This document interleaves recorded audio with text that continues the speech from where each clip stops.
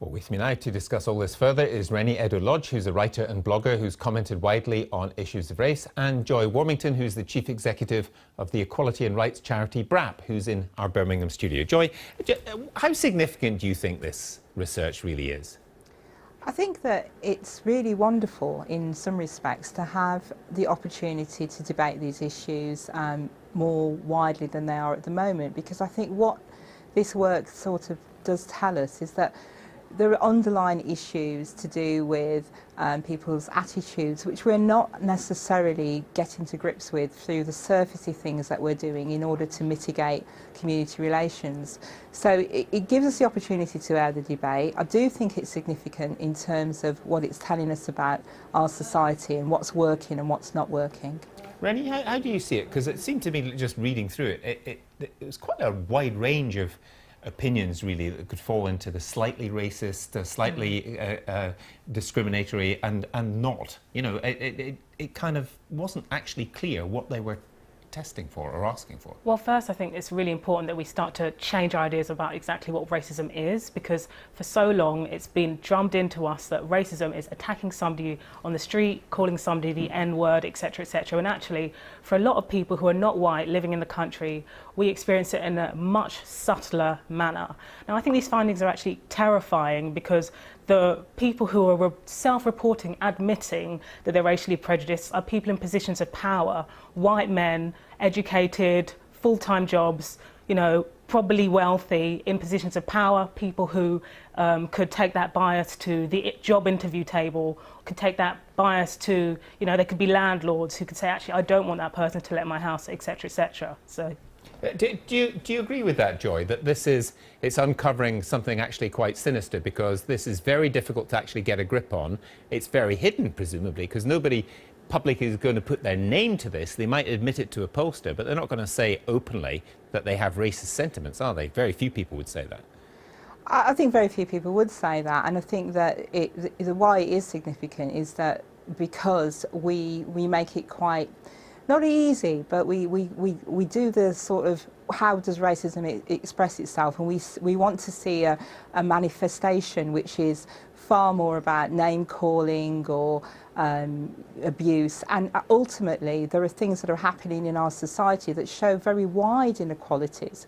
In Birmingham, for example, the long-standing issues around economic downturn have meant that, you know, areas of the city are very polarised, not only in terms of how they might look, our demography, but their wealth.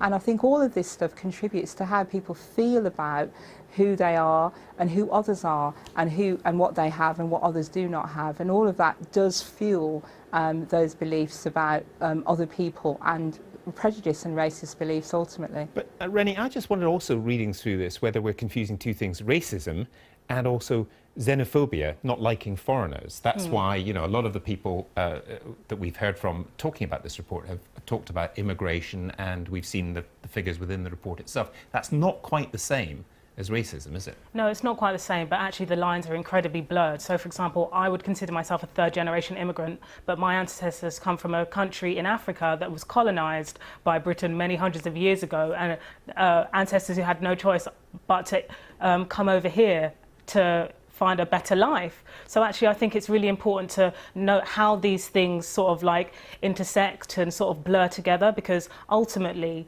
that xenophobia does actually displace itself onto people who may not look British. We need to start deconstructing exactly what it means to look British, what it is to be British. And what do you both, beginning with Rennie, what do you both think we can do with any of this information? I mean, what would have to change, given that people go straight to the immigration issue as part of it?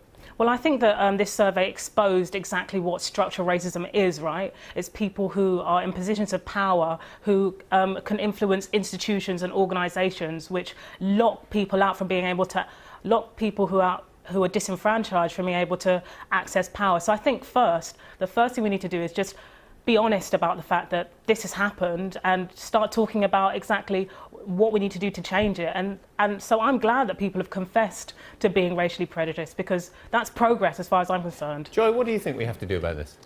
I think we need to elevate our thinking about what it means to live in a very diverse society. I think that many of our policies are wrong. they pursue the wrong thing, they give people the wrong ideas about what equity is and what it isn't, and they allow people to hide, not because they want to, but because quite often they don't know what else to do. But do you think addressing individual issues like where people live, Joy, housing, the feeling of being hard done by, questions of immigration, do you think that touches on this, or is that completely separate from this? I think it compounds the issue. I think that we make everything too simplistic. We believe that all we need to do is get people together from two different communities and suddenly they're going to live happily ever after. It's not just about all of that. We don't have a vision for what we need to do to live in a diverse society, and we don't have a vision for how we address issues of ongoing inequity, not only in our public institutions, but in the way in which we treat each other. Joy, Rennie, thank you both very much. Thank you. Thank you.